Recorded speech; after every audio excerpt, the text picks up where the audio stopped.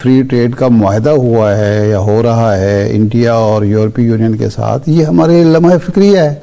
यूरोपीय यूनियन और भारत के मुआहदे के मुताबिक 27 यूरोपीय ममालिक में भारतीय टेक्सटाइल मसनूआत समेत कई दीगर मसनूआत पर टैरिफ बतदरीज जीरो कर। यूरोप ये चाहता है कि जैसे जैसे चाइना के जो मैरीटाइम फुटप्रिंट बढ़ रहे हैं, उसकी जो ग्लोबल सप्लाई चेन है वो भी मुतासर हो सकती है। तो वो समझते हैं इंडिया के साथ मिलके वो अपनी cyber security and maritime security काम कर सकते हैं। तो इस चीज के लिए, और फिर इंडिया की पॉपुलेशन ज्यादा है और वो समझते हैं कि इनकी कैपेबिलिटी भी है, तो मेरा ख्याल है इस सेंस में इसको देखा जा रहा है। पाकिस्तान को इसमें कोई वरी होने की जरूरत नहीं है, बिकॉज ये प्योर एक बिजनेस डील्स के एंगल से। बांग्लादेश की जो मार्केट है ये इंडिया क्रैश कर देगा, तो ये पाकिस्तान और बांग्लादेश तो मुकाबला नहीं कर। तो हो गया कि ईयू के साथ फ्री ट्रेड एग्रीमेंट हो गया और अब एप्टमा कह रहा है कि 9 अरब डॉलर्स की हमारी बरामदात खतरे में, 1 करोड़ नौकरियां खतरे में। दुनिया भी समझती है, लेकिन भारत ने अपनी ताकत मनवा ली है। कहानी ये है कि हम तो जाके फटाफट अमेरिका की गोद में बैठ गए हैं और उनके साथ ही हमने अपने ताल्लुकात बढ़ाकर ये तासुर देने की कोशिश की कि हम तो जनाब बड़े कोई फने खां हैं और हमारी तो दुनिया फैन हुई पड़ी है। और उसके लिए इवन हमें उसके गजा पीस ऑफ बोर्ड में भी शामिल होना पड़ा कि जिसके मोटिव्स जो थे वो अब सामने आ रहे हैं। 44% इन्वेस्टमेंट जो है, यानी कि जो गैर मुल्की या फॉरेन इन्वेस्टमेंट जो है वो 44% पाकिस्तान में कम हो गई। और इस वक्त जो हमारी फैक्ट्रियां हैं वो सारे बंद हो रही हैं। जब फैक्ट्री बंद होती है, एक फैक्ट्री लगाने में 3-3, 4-4 नस्लें लगती हैं। एक ऐसा बयानिया सामने आया है कि बयानिया क्या है, ये वो हकीकत भी है। हम आपको कहते रहे कि ये फंस चुके हैं। मोदी जी ने बांग्लादेश का काम का तमाम कर दिया, या कह लीजिए उसकी कब्र खोद दी। आजकल अब हमारे गले पड़े हुए हैं कि जो एहसासात पहले ही मजरू हुए हुए हैं, जो उनके जख्म है उन पे नमक छिड़का जा सके। भारत ने बांग्लादेश के हाथ काटने की तैयारी पूरी कर ली है। यूनुस की गर्दन दबाने के लिए, उसकी जिहादी सोच और नफरत को ठिकाने लगाने के लिए भारत ने बहुत बड़ा कदम उठा लिया है, जिसने कट्टरपंथियों की जमीन खिसका दी है। हम देख रहे थे कि यह ट्रेड डील साइन हुआ है एक यूरोपियन यूनियन के साथ, लेकिन एक बहुत बड़ा बास्केट केस था जिसको बोलते हैं रबिश केस, वैसे तो बांग्लादेश नाम का, उसको कैसे सीधा किया है, चेकमेट दिया है हमने बांग्लादेश को। नसीम साहब, 2-3 बातें आपसे पूछनी है। एक तो ये, वहां पे वाकई कोई सीरियस इशू बन रहा है, लोग इस तरह की बातें भी कर रहे हैं। बांग्लादेश की टेक्सटाइल मिल एसोसिएशन ने कल एक प्रेस कॉन्फ्रेंस करी जहां पर उन्होंने बोला कि 1 फरवरी 2026 से पूरी तरह से ये ऑपरेशंस बंद कर रहे हैं। Why? Because they are saying कि भाई जो cheap Indian yarn dumping, loan defaults and उसके बाद पावर इश्यूज, और ये जो बोलते हैं अपने आपको बंगाल टाइगर, उसको पिंजरे में बंद करने का हमने काम कर दिया। उनको लग रहा था कि यार रेडिकलाइजेशन करेंगे, हिंदू डर जाएगा, लेकिन हमने बोल दिया रेडिकलाइजेशन की एक प्राइस होती है, और जो उन्होंने पिछले 1-1.5 साल में वहां पे किया है उसी को हमने यूज किया है बांग्लादेश की कब्र खोदने के लिए। ये समझना चाह रहा हूं इसी फॉलोअप में कि इंडिया का यूजली जो इंहिसार है वो रशिया या अमेरिका का जो वॉर सिस्टम था या दिफाई आलात हैं उसके ऊपर है। समहाउ यूरोप में भी फ्रांस के ऊपर उनका रिलायंस है, राफेल वहां से आए। तो ये क्या अमेरिका का मुतबादिल दिफाई तौर पर, दिफाई साजो सामान में यूरोप हो सकता है भारत के लिए? कि इंडियंस अब बांग्लादेश की मार्केट को कैसे क्रश करने जा रहे हैं। सिचुएशन डेवलप हुई और उसके बाद अमेरिकी सदर की जानिब से हमने जो ऐलानात देखे, और वो फैक्ट्री बनते एक एम्पायर खड़ी करने में जो है 50 साल लगते हैं। और इस वक्त सूरत हाल ये है कि हमारे पास जो फॉरेन इन्वेस्टर है वो तो नहीं आ रहे हैं, हमारे अपने इन्वेस्टर जो है वो दुबई माइग्रेट कर रहे हैं, कोई तुर्की जा रहा है, कोई लंदन जा रहा है, और इंतहाई तेज रफ्तारी से वो तरक्की कर रहा है। इसलिए चाहे अमेरिका हो, चाहे यूरोपियन यूनियन हो और चाहे चीन हो, तीनों ये चाहते हैं कि भारत के साथ ताल्लुकात बढ़े। तक हमें यूं लगा कि डस्ट सेटल हो रही है और हमें लगा कि ये मामला रिजॉल्व होने की तरफ चला गया है, टैकल हो गया, लेकिन एक बार फिर से तबले जंग बजना शुरू हो गया है। कुछ तो अब इस फ्री ट्रेड एग्रीमेंट के बाद वो फायदा हम बांग्लादेश में कुशीदगी बढ़ती जा रही है। अभी कुछ दिन पहले बांग्लादेश की जो साबिक वज़ीर आज़म थी शेख हसीना वाजिद, उन्होंने ऑनलाइन स्पीच की जिसमें वो बांग्लादेश की उबूरी हुकूमत के सरबराह डॉक्टर मोहम्मद यूनुस को टारगेट करती हैं, उन पर इल्ज़ामात लगाती हैं और कहती हैं कि वो नहीं चाहते कि बांग्लादेश में फ्री एंड फेयर इलेक्शंस हों। उस पर फिर बांग्लादेश की हुकूमत की तरफ से रद्द-ए-अमल सामने आता है। वो कहते हैं कि जो शेख हसीना वाजिद है, इनका स्पीच करना ये मोदी हुकूमत की नाअहली है और वो एक ऐसी मुल्ज़िमा को इजाज़त दे रहे हैं जो कि अपने मुल्क में अदालती कार्रवाई कार्रवाइयां भुगत रही है। इसी सब पे बात करने के लिए हमारे साथ मौजूद हैं senior journalist Sadia Afzal. Welcome to the show. Thank you. अभी बताएं कि शेख हसीना को तकरीर करने की इजाजत देना, इसके बारे में आपकी क्या राय है? देखें, एक ऐसे वक्त के अंदर जब आप बांग्लादेश में आम इंतखाबात देख रही हैं, 12 फरवरी को इंतखाबात होने जा रहे हैं, और इस वक्त जो उनकी सियासी कैंपेन है हर जमात की वो अपने अरूज पे है। सो ऐसे में इंडिया में बैठ के शेख हसीना वाजिद खिताब कर रही हों, और वो खिताब भी ऐसा हो कि वो एक प्रोवोक करना।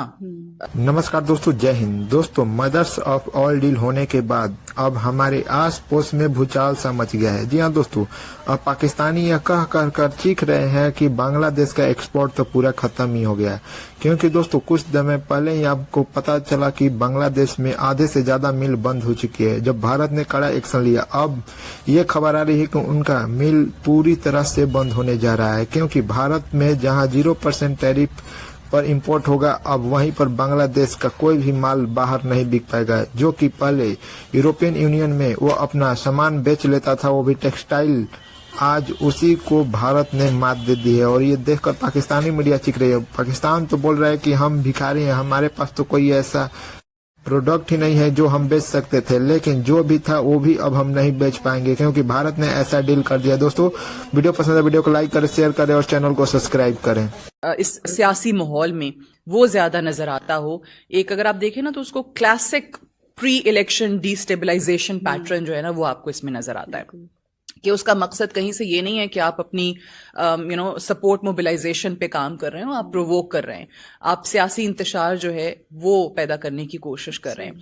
बांग्लादेश में एक अरसा आपने हुकूमत की है, कई साल आपको वहाँ अवाम ने इक़्तिदार में रखा है, लेकिन आपने वहाँ इतना मजालिम ढाए हों, ऐसे पहाड़ तोड़े हों जबर के, कि अब लोग आपको देखना नहीं चाहते हैं इक़्तिदार के अंदर। ये पेशरफ्त न सिर्फ दो बड़ी मईशतों के ताल्लुकात में संगे मील है, बल्कि आलमी तिजारती निज़ाम में भी एक बड़ा अहम इशारा समझा जा रहा है। तो यूरोप को तो बड़ा सूट करता है और भारत को भी सूट करता है।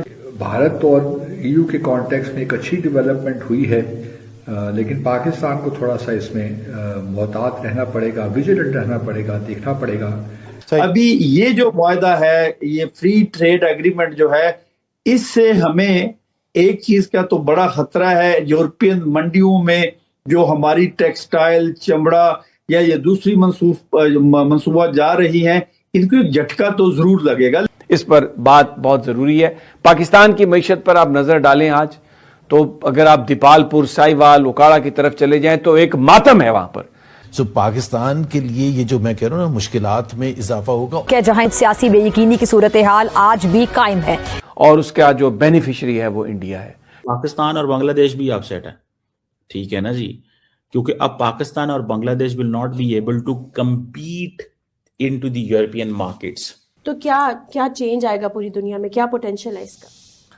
देखिए, ये तो बहुत बड़ी डेवलपमेंट है साउथ एशिया के लिए भी और खुद यूरोप के लिए भी। और अब मैं आपको बता दूं, मार्च में कैनेडियन प्राइम मिनिस्टर भी जा रहे हैं इंडिया में, जो खबरें आ रही हैं, और वो भी इसी तरह का मुआहदा करेंगे। अब तो हो गया कि ईयू के साथ फ्री ट्रेड एग्रीमेंट हो गया, और अब एप्टमा कह रहा है कि $9 अरब की हमारी बरामदात खतरे में, 1 करोड़ नौकरियां खतरे में। दुनिया भी समझती है, लेकिन भारत ने अपनी ताकत मनवा ली है। यूरोपीय यूनियन और भारत के फ्री ट्रेड एग्रीमेंट से पहले पाकिस्तान यूरोपीय यूनियन की मंडी में निस्बतन बेहतर पोजीशन में था, और बांग्लादेश की जो मार्केट है ये इंडिया क्रैश कर देगा।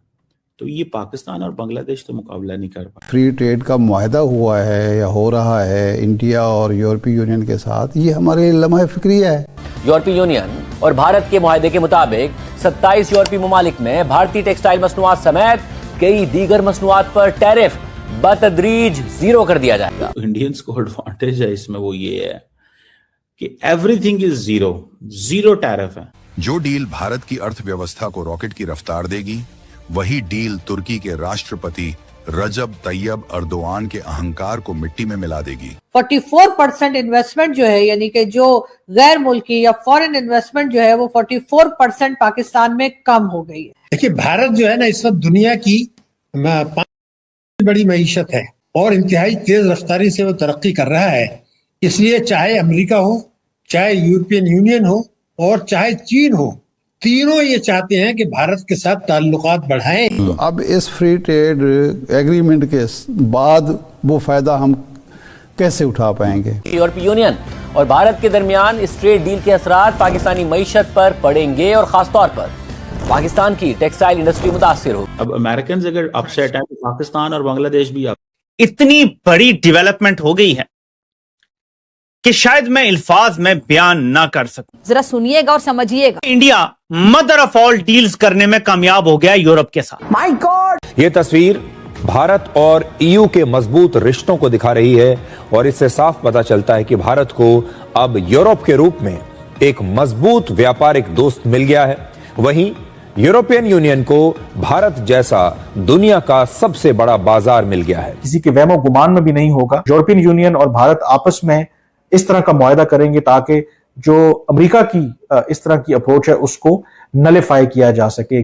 Unpredictability is clearly the word of the day. For us, the European Union is predictability. We come to agreement, we stick to those agreements and keep our promise. जो कुछ India ने किया है और जिस तरीके से डोनाल्ड ट्रंप को हैंडल किया है उसी की वजह से यूरोप को भी ये शय मिली है। बिल्कुल ऐसे ही देखिए डोनाल्ड ट्रंप के लिए, वरना वहां पर तो ऑल फ्लैटरिंग थी ना, हमेशा बस जनाब सरकार आ गए चले गए। अगर पाकिस्तान की एक्सपोर्ट्स यूरोप में कम हो गई तो अगर हम 10 अरब डॉलर की भी एक्सपोर्ट्स करते हैं यूरोप को तो कितना नुकसान है। भारत अगर ये मार्केट भी खा गया तो हम तोबा। अब पुरक्यू का हालत कैसा होगा? पुरक्यू को तो भाई उसकी तो हालत बहुत ज्यादा टाइट इसलिए हो रही है कि यूरोप जो हमेशा सपोर्ट कर रहा था पुरक्यू को, अब ना उसने डील किया है हिंदुस्तान के साथ। अब पुरकी बहुत ज्यादा हैरान और परेशान कि वही वेस्ट जो हमेशा हमें सपोर्ट कर रहा था वो अब खड़ा है किसके साथ? हिंदुस्तान।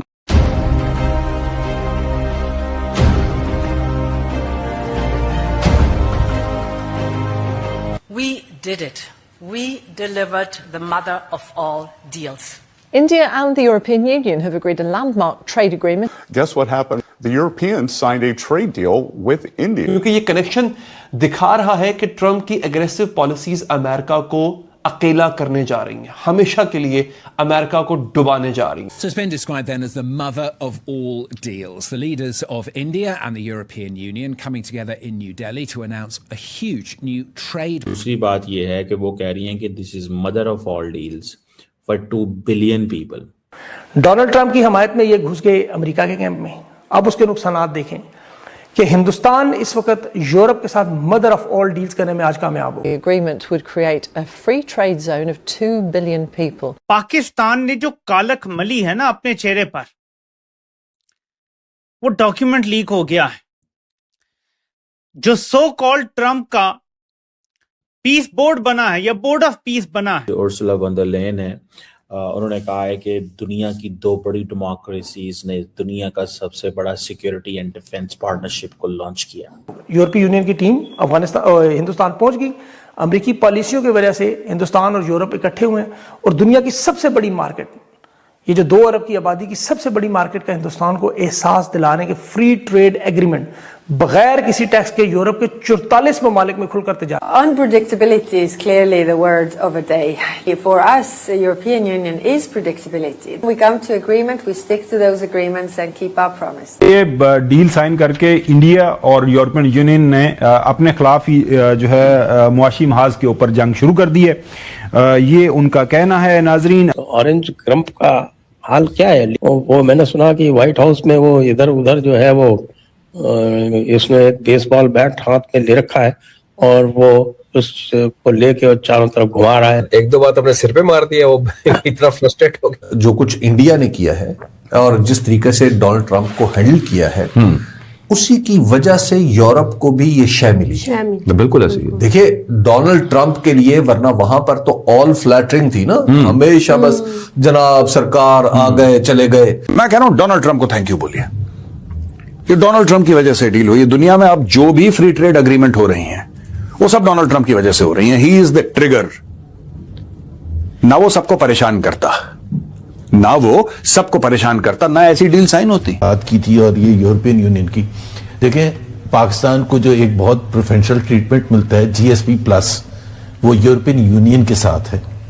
वो जनवरी 2027 में एक नया रिव्यू होगा पाकिस्तान का और पाकिस्तान में जो ह्यूमन राइट वायलेशंस, क्योंकि उसकी कंडीशंस है ना। इंडिया अब क्लियर कट, जो पहले कह रहा था कि जनाब डोनाल्ड ट्रंप साहब हमारे फ्रेंड हैं, मोदी जी अब परेशान है कि ये वर्ल्ड ऑर्डर में उनकी पोजीशन क्या है।